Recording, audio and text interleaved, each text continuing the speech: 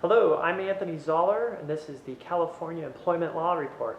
Today I'd like to discuss a few items that employers should review when taking a look at their timekeeping policies and making sure that they're compliant with California law. The first issue that I recommend that employers take a look at is their timekeeping policy and how they communicate the timekeeping policy to employees.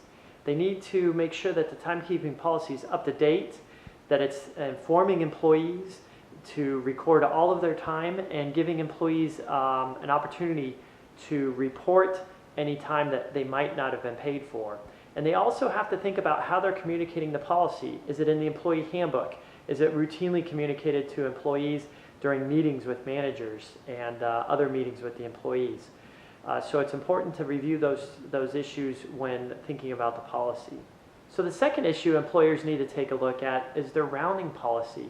Now, if you have a company that is actually tracking the employee's time or an outsourced timekeeping company, employers need to double check with that vendor to see if that company is actually rounding the time for employees or not. Rounding is legal under certain circumstances under California law, but employers need to understand if the time is being rounded, and if it is being rounded, that it complies with California requirements. And they're very particular requirements, so it's not something that employers should take lightly.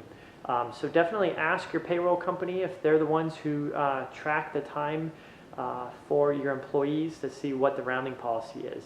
And the other question too, if employers are rounding time, in this day and age, do you really need to round employees' time? Given electronic time clocks and electronic pay and payroll processing companies, it's so easy to pay employees to the closest minute, and it might not be necessary to round time. So it's something employers should consider.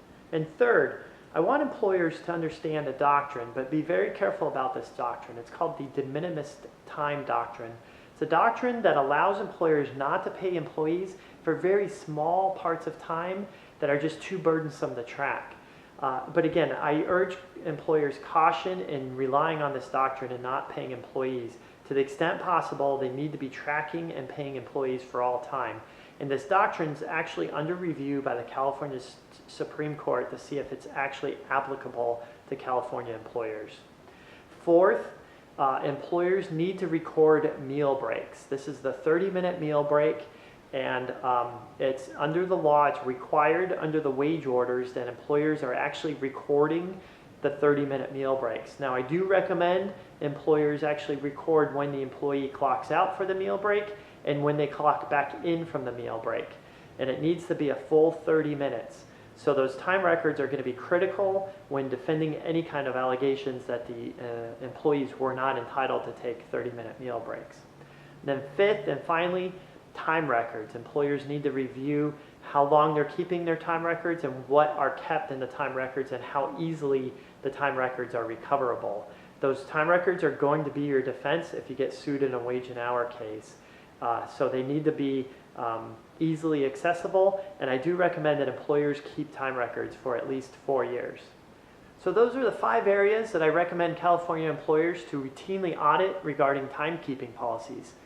So please subscribe to my channel here on YouTube, the California Employment Law Report, and feel free to reach out if you have any questions. Thanks for watching.